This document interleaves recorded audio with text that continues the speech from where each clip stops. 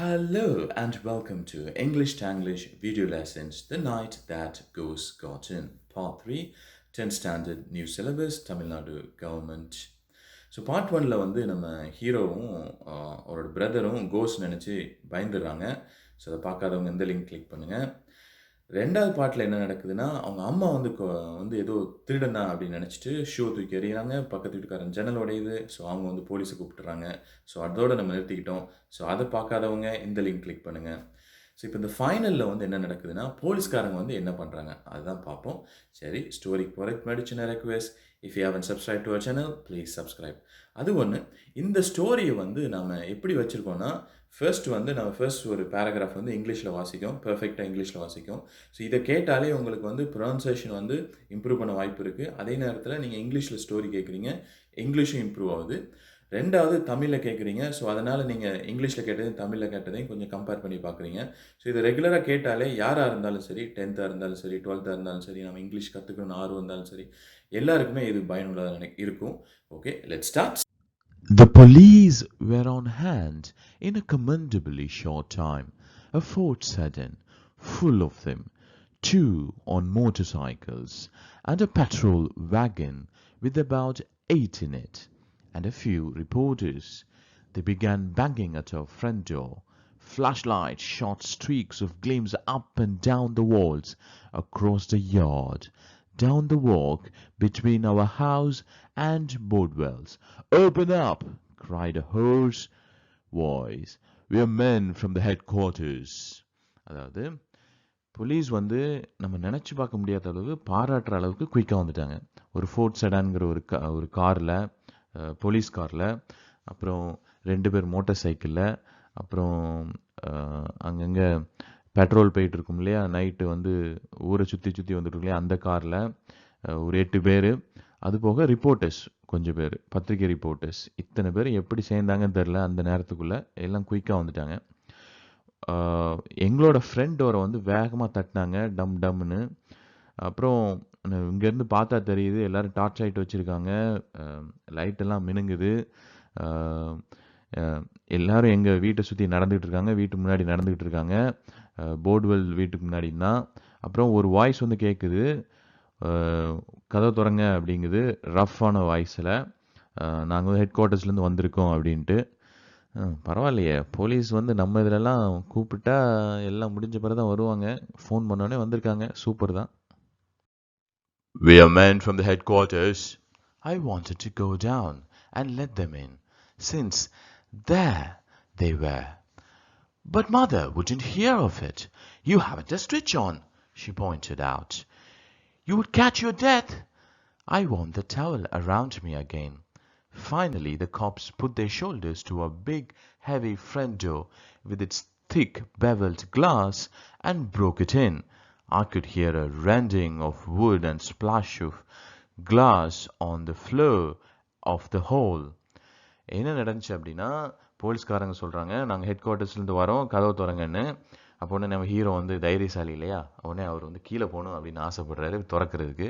அம்மா சொல்கிறாங்க, "டேய், ஒரு துணி கூட போடலடா நீ" அப்படின்னு. உடனே அவன் பார்க்கான். சரி, அதுலேயும் பாரு, வெளியே போனால் குளிர்லேயே செத்து போயிடுவாடா அப்படின்னு சொல்கிறாங்க.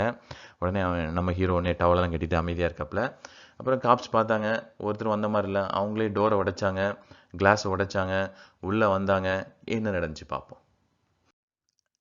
Their lights played all over the living room and crisscrossed nervously in the dining room, stabbed into the hallways, shot up the front stairs, and finally up the back. They caught me standing in my towel at the top. A heavy policeman bounded up the steps. "Who are you?" he demanded. "I live here," I said. அப்புறம் எல்லாரும் உள்ளே வராங்க, light அடிக்கிறாங்க, இங்கேயும் அங்கேயும் check பண்ணுறாங்க. ஒரு நல்ல தடியான ஒரு போலீஸ்மேன் வந்து இவரை மறைச்சிட்டு கேட்காரு, "நீ யாருப்பா?" அப்படின்ட்டு. "நான் இங்கே தாங்க இருக்கேன்" அப்படின்னு சொல்கிறாரு நம்ம ஹீரோ. ஏன்னா ஒரு ஹீரோ வேறு டவலோடு இருக்காரா, நைட் நேரத்தில் ஒரு கொஷின் வரத்தானே செய்யும். The officer in charge reported to mother. "No sign of nobody, lady," he said. "Must have got away. What do you like?" "There were 2 or 3 of them," mother said, "opening and carrying on slamming doors." "Funny," said the cop. All yeah, windows and doors locked on the inside, tight as a tack. Officer வந்து report பண்ணுறாரு அம்மாட்ட.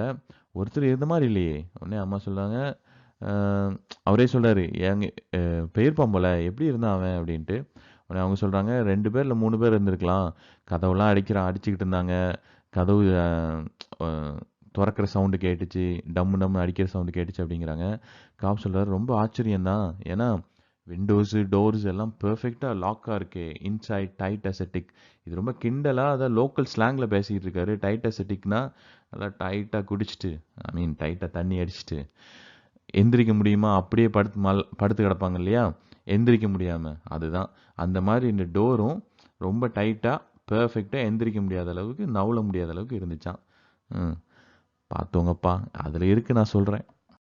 Downstairs, we could hear the tromping of other police.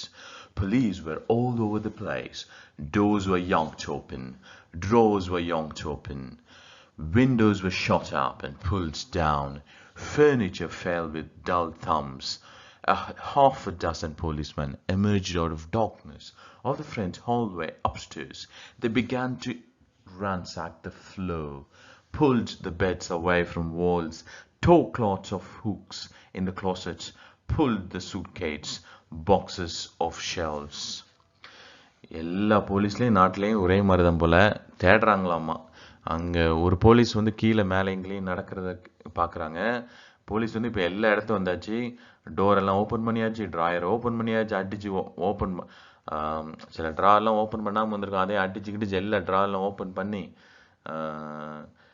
Furniture எல்லாம் கீழே உளுந்து, அதுக்கப்புறம் எங்கே இருந்தால் policeman இல்லை, இருட்டில் பார்த்து அங்கங்கே போலீஸ்மேன்லாம் வராங்க, போலீஸ்காரங்களாம் வராங்க. தரையை ஃபுல்லாக இங்கேயே பொருட்களாக போட்டு, அப்புறம் பெட்டெல்லாம் இழுத்து, சோர்லேருந்து இழுத்து, அதுக்கப்புறம் துணியெல்லாம் தொங்கிட்டு இருக்கும் இல்லையா, துணியெல்லாம் கீழே போட்டுட்டு, அதுக்கப்புறம் சூட்கேஸை எடுத்து சூட்கேஸ்லாம் திறந்து ஒரு வழி பண்ணி எடுத்துடுறாங்க. One of them found an old zither that Roy had won in a pool tournament. "Looky here, Joe," he said, strumming it with a big paw. The cop named Joe took it and turned it over. "What is it?" he asked me. "It's an old zither our guinea pig used to sleep on," I said. It was true that pet guinea pig we once had would never sleep anywhere except on the zither, but I should never have said so. Joe and the other cop looked at me a long time. They put the zither back on the shelf. இதில் வந்து ஒருத்தர் வந்து ஒரு பழைய ஜிதர் அப்படிங்கிற ஒரு musical இன்ஸ்ட்ருமெண்ட்டை வந்து எடுக்கிறாரு. இது கையால் ஒரு வீணை மாதிரி மியூசிக் வந்து உருவாக்கலாம். ஜோன்னு ஒரு போலீஸ்காரர் கூப்பிட்றாரு, இங்கே பாரு அப்படின்ட்டு. அவரும் மியூசிக் அடித்து பார்க்கறான். இது ஒரு காமெடி சீனாக எடுத்துக்கணும். உடனே அவரும் ஜோவும் திரும்பி பார்த்துட்டு அதை வாங்கிட்டு கேட்காரு. ஜோ இவர்கிட்ட, நம்ம ஹீரோட்ட கேட்காரு, இது என்னது அப்படின்ட்டு. உடனே நம்ம ஹீரோவும் தெரிஞ்ச மாதிரி, இது வந்து ஓல்டு ஜிதர், நேம் பேர் தான், மியூசிக்கல் இன்ஸ்ட்ருமெண்ட்டோட பேர் ஜிதர், வீணை மாதிரி. அவர் கினியா பிக்னா ஹாம்ஸ்டர்னு சொல்லிட்டு இப்போது ஃபேஷனாக சிட்டிலெலாம் விற்றுட்டு அதை கொண்டு ஒரு கேஜ் மாதிரி வாங்கி வச்சு வளர்க்குறாங்க இல்லையா, அதே மாதிரி தான் இருக்கும். ஒரு சின்ன பெட்டு மாதிரி வளர்க்குறாங்க. சும்மா இருக்கும், நம்ம சாப்பாடு போடணும், நம்மளே முறைச்சி பார்த்துட்டு இருக்கோம். சரி, அது ஒரு ஃபேஷன் எல்லா வீட்லேயும். உங்கள் வீட்டில் ஹாம்ஸ்டர் இல்லையா அப்படின்ட்டு எல்லா சின்ன பசங்களும் இப்போ அதான் வாங்குறாங்க. சரி, இது வந்து மியூசிக் இன்ஸ்ட்ருமெண்ட். அவன் சொல்கிறது கினியா பிக்.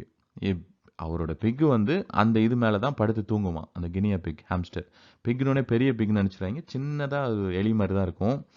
உடனே இந்த இது வந்து எங்களோட பெட்டு வந்து எதுலேயும் தூங்காது, இந்த மியூசிக் இன்ஸ்ட்ருமெண்ட்டில் படுத்து தான் தூங்கும், அதுவோ மியூசிக் இன்ஸ்ட்ருமெண்ட், இவன் சொல்கிறதோ பெட்டு. உடனே போலீஸ்காரர் 2 பேரும் மேலே எங்கேயும் பார்க்குறாங்க, என்ன வளர்றான் அப்படின்ட்டு.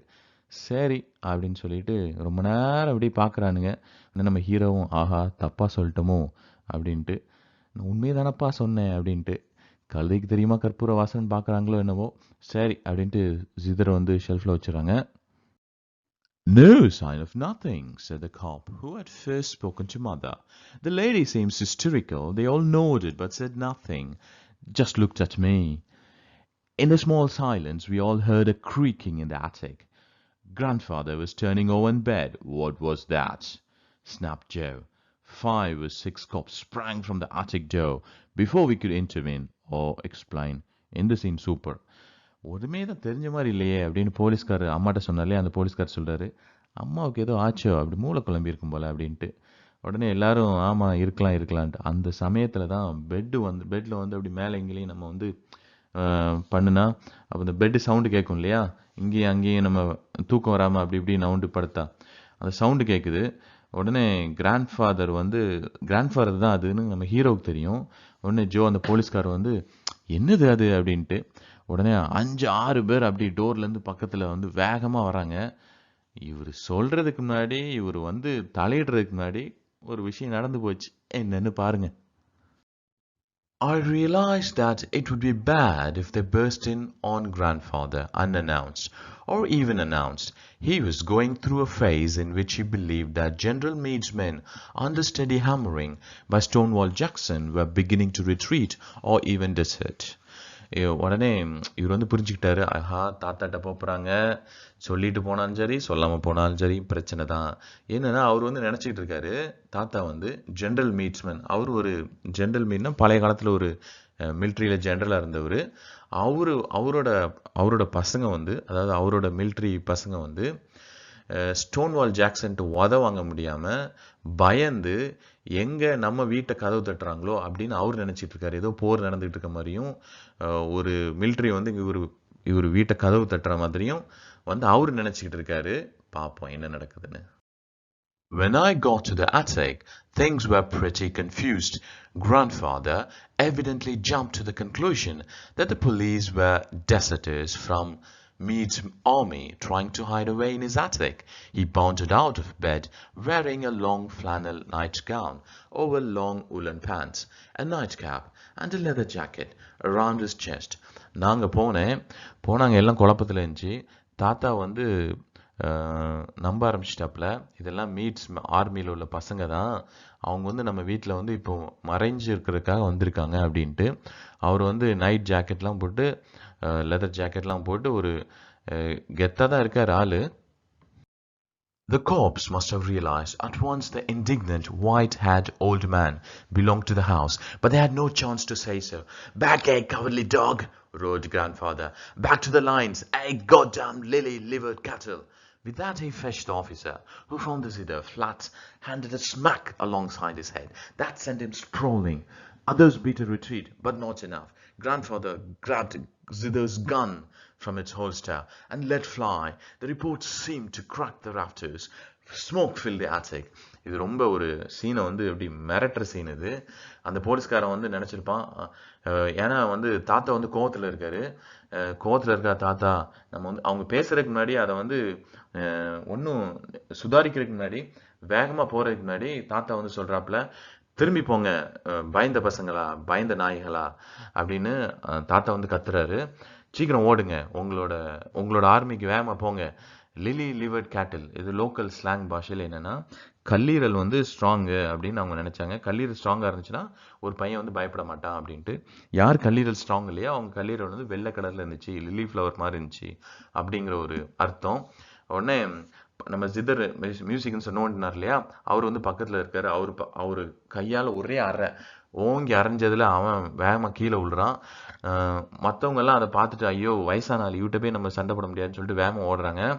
அதுக்கு முன்னாடி கிராண்ட் ஃபாதர் என்ன பண்ணான்னா, தாத்தா என்ன பண்ணான்னா, நம்ம ஜிதர் அந்த காப் இருக்கார் இல்லையா, அவர்கிட்ட இருந்து அந்த கன்னை வந்து பிடுங்கிடுறாரு. கன்னை வந்து எதில் வச்சுருப்பாங்க, ஒரு பை மாதிரி இருக்கும் இல்லையா பேண்ட் பாக்கெட்டில், அந்த இதுலேருந்து டக்குன்னு உருவிடுறாரு. என்ன போலீஸ்காரரோ, என்னடா தாத்தாவுக்கு இருக்கு வேகம் அவருக்கு இல்லையே அப்படின்ட்டு விட்டு வேகமாக ஷூட் பண்ண ஆரம்பிச்சிடுறாரு. ஒரே புகை மண்டலம், கூரையெல்லாம் ஒரே உடையுது, புகை மண்டலம், எல்லாரும் வேகமாக ஓடுறாங்க.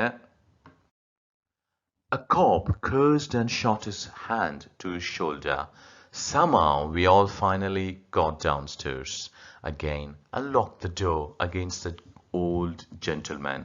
He fired once or twice more in the darkness and then went back to bed. "That was grandfather," I explained to Joe out of breath. "He thinks you are a deserter." "I'll say he does," said Joe. அந்த காப், அதாவது போலீஸ்காரர் வந்து திட்ட ஆரம்பிச்சிடறாரு. அதில் வந்துட்டு அவர் என்ன, அவர் கையாலே அவரோட ஷோல்டரை வந்து ஷூட் பண்ணிடுறாரு ஒரு போலீஸ்காரரு. ஒரு வழியா எல்லாரும் கீழே வந்துட்டோம். வந்தா அதுக்கப்புறம் போய் கிராண்ட்ஃபாதரோட டோரை க்ளோஸ் பண்ணிட்டோம். அவர் வந்து இருட்டில் 2 தடவை ஷூட் பண்ணிட்டு அவர் வந்து தூங்க போயிட்டாரு. உடனே நம்ம ஹீரோ தெரிஞ்ச மாதிரி ஜோ அப்படின்னு போலீஸ்கார் இருக்கார் இல்லையா, இப்போ எல்லாம் தெரிஞ்சு போச்சு அவருக்கு யார் யார் என்ன பேருன்னு. அது என்னோட தாத்தா அப்படின்ட்டு அப்படி சொல்றாரு. சொல்றாரு மேலும், நீ வந்து இந்த போலீஸ் அதாவது மிலிட்ரியை விட்டு வெளியே ஓடி வந்துட்ட அப்படின்னு அவர் நினைக்காரு அப்படின்ட்டு. ஜோ ஆமா ஆமா நினைப்பாரு அப்படின்ட்டு அவனுக்கு தானே தெரியும் ஓடி வந்தது. The cops were reluctant to leave without getting their hand on somebody besides grandfather. The night had been distinctly a defeat for them. Furthermore, they obviously did not like the layout. Something looked, and I can see their viewpoint, phony. They began to poke into things again. A reporter, a thin-faced, wispy man, came up to me. I had put on one of the mother's dress, not being able to find anything else. போலீஸ்காரங்க வந்து வீட்டை விட்டு வெளியே போகிறதுக்கு வந்து அவங்களுக்கு மனசே இல்லை. யாராவது ஒருத்தர் பிடிக்கணுமே நம்ம அப்படின்ட்டு. ஏன்னா அந்த இரவே வந்து அவங்களுக்கு ஒரு டிஃபீட் மாதிரி, ஒரு தோல்வி மாதிரி ஆயிடுச்சு. அவங்க வந்து அப்படி திடீர்னு யோசிக்கிறாங்க, இந்த லே அவுட்டே சரியில்லை, இந்த டிசைனே சரியில்லை, என்னத்தை உளறிட்டு இருக்காங்க அப்படின்னு நம்ம ஹீரோ வந்து யோசிச்சுட்டு இருக்காரு. மறுபடியும் என்னென்ன இருக்குது, என்னென்ன பொருள் இருக்குது அப்படின்னு மறுபடியும் வந்து தேட ஆரம்பிச்சிட்டாங்க. உடனே அப்போ ரிப்போர்ட்டர் கூட வந்திருக்காங்க. ரிப்போர்ட்டர்ஸும் போலீஸ்காரங்க கூட வந்திருக்காங்க. நாங்கடா அது போலீஸ்காரங்க எங்கே போனால் ரிப்போர்ட்டரோடய போவாங்க. சரி, அப்படி ஒரு ரிப்போர்ட்டர் வந்து நம்ம ஹீரோ பக்கத்தில் வர்றாரு. வந்தால் ஒரே விஸ்பி மேன்னா சில பேர் சிகரெட் ஊதிட்டு அதுக்கப்புறம் பார்த்தா வாயை திறந்தானே ஒரே சிகரெட் புகையாக இருக்கும் இல்லையா, அந்த மாதிரி உள்ள ஒருத்தர் வராரு. நம்ம ஹீரோ வந்து முதல்ல டவல் தான் கட்டிட்டு இருந்தாரு. இப்போ என்ன கட்டியிருக்காருன்னு பாருங்க, டக்குன்னு அவசரத்துக்கு அம்மாவோட ட்ரெஸ்ஸை வந்து போட்டிருக்காரு. அதுவே ஒரு காமெடி மாதிரி தான். உடனே போட்டிருக்காரு. ஏன்னா வேற ஒன்றும் கிடைக்கல அந்த நைட்டில். எங்கே எல்லாமே ஒரே குழப்பத்தில். சரி பக்கத்தில் ஏதோ ஒரு துணி இருக்குடா, அம்மா ட்ரெஸ் தானே, பரவாயில்ல ஒரு நைட்டு தானே அப்படின்னு போட்டிருக்காரு. The reporter looked at me with mingled suspicion and interest. Just what the hell is the real lockdown here, Bart? He asked. I decided to be frank with him. We had ghosts, I said. He gazed at me a long time, as if I were a slot machine into which he had, without results, dropped a coin. Then he walked away. The cops followed him, and the one grandfather shot, holding his now bandaged arm, cursing and blaspheming. சரி, reporter வந்து அங்கே அந்த reporter சொன்னோம் இல்லையா, அவர் வந்து என்னை வந்து பார்க்குறாரு. பார்த்தா ரிப்போர்ட்டர் வந்து பார்க்குறாரு, என்னடா இது ஆளை பார்த்தா பையன் மாதிரி தெரிகிறான், லேடி ட்ரெஸ்ஸை போட்டிருக்கான், ஒரு ஒரு சஸ்பீஷனாக இருக்குது, ஏதோ ஒரு சந்தேகத்தும் ஒரு இன்ட்ரெஸ்ட்டும் கலந்ததாக வர்றாரு. ஒரு ஆர்வமாக கேட்குறாரு அவர், இது என்ன நடக்குதுங்க, என்ன பிரச்சனை அப்படின்ட்டு. உடனே நம்ம ஹீரோவும் ஃப்ராங்காக எல்லாத்தையும் சொல்லிடுவோம் அப்படின்ட்டு. நாங்கள் இங்கே பேய் வந்துச்சிங்க அப்படின்னு இவர். உடனே அவன் ஏதோ என்ன ஷூட்டிங் நடந்துகிட்டு இருக்கு, போலீஸ்காரங்க மிரட்டிக்கிட்டு இருக்காங்க அப்படின்னு பார்த்துட்டு இருக்கான். இவன் என்னடா பேய் கதை சொல்லிகிட்டு இருக்கான்னு உடனே அவன் பார்த்துட்டு ரிப்போர்ட்டர் அப்படியே மேலே எங்கேயும் பார்க்குறான். என்ன எப்படி பார்க்குறான் அப்படின்னா, இப்போல்லாம் வந்து ₹1 ₹2 மதிப்பு இல்லை, ஒரு ₹5 போட்டான்னா ஒரு பெப்சி கேனோ ஏதோ வரும் இல்லையா, அந்த மாதிரி ஒரு ஆட்டோமேட்டிக் மிஷின் இருக்கு இல்லையா, அதில் நம்ம சில சமயம் காசை போட்டுட்டு அப்படி வெயிட் பண்ணிக்கிட்டே இருக்கோம். பார்த்தா பெப்சியும் வரல, ஒன்றும் வரல. ஸோ இது பழைய காலத்தில் ஒரு ஃபோன் வச்சுருப்பாங்க. ஒரு ₹1 போட்டோன்னே அப்படி ஒரு நிமிஷம் வரைக்கும் தான் பேச முடியும். சில சமயத்தில் ₹1 போட்டுருவோம், கடைக்காரர்கிட்டையும் சொல்லிடுவோம் ₹1 போட்டுட்டோம் அப்படின்ட்டு. கடைசியில் பார்த்தா ஃபோனும் கனெக்ட் ஆகாது, காசும் வெளியே வராது. கடைக்காரர் சொல்லிடுவார், இது எங்களுக்கு சம்மந்தம் இல்லாமல். ஸோ அந்த மாதிரி நம்ம வெயிட் பண்ணிக்கிட்டே, அவன் என்னை பார்த்துட்டு அப்படியே வெயிட் பண்ணிக்கிட்டே இருக்கான், இப்போ ஒன்றுமே சொல்லாமல் மேலே எங்கேயும் பார்த்துட்டு. அப்புறம் அவன் மட்டும் நடந்து போயிட்டான். என்ன நினச்சானோ தெரில. உடனே அவங்க கூட வந்து போலீஸ்காரங்களாம் பின்னாடியே போயிட்டாங்க. அவர் கூட வந்து இன்னொரு போலீஸ்காரரும் வந்து ஏற்கனவே கிராண்ட்ஃபாதரால் கையை சுட்டார் இல்லையா, அவரும் பேண்டேஜ் ராம்லாம் போட்டுட்டு இப்போ எல்லாரும் போயிட்டு இருக்காங்க. எல்லாரும் கெட்ட வார்த்தை போட்டு திட்டிட்டு போயிட்டு இருக்கான் அந்த போலீஸ்காரன். I'm going to get my gun back from that old bird, said the zither cop. Hey, said Joe. You and who else? I told him I would bring it to the station house next day.